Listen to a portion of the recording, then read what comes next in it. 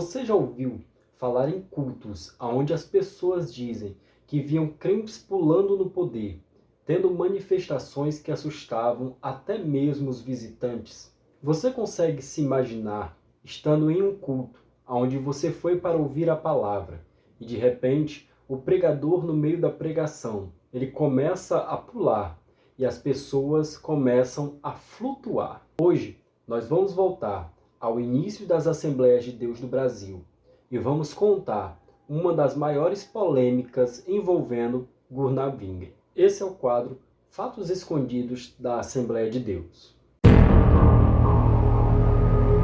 Tudo começou no ano de 1910, quando Daniel Berg e Gunnar Wingre chegaram a Belém do Pará. Eles vieram influenciados pelo avivamento pentecostal dos Estados Unidos.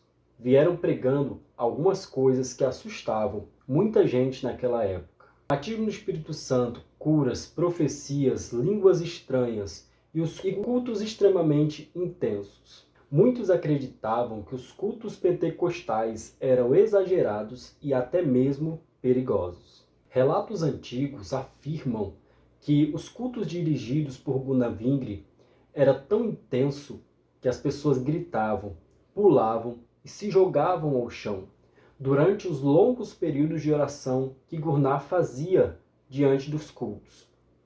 Moradores de Belém começaram a espalhar as histórias. Alguns afirmavam: os crentes estão ficando loucos.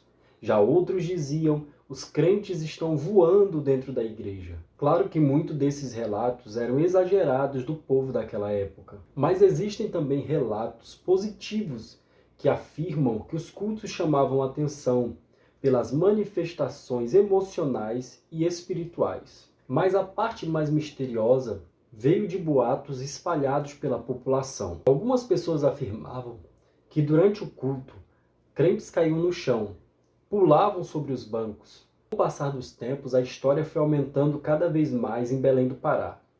Eles afirmavam agora que na igreja dos pentecostais os crentes estavam voando. Não existe provas concretas de que no culto pentecostal daquele tempo os crentes realmente voavam. Porém, os cultos eram tão intensos que acabaram criando medo e curiosidade também na cidade de Belém.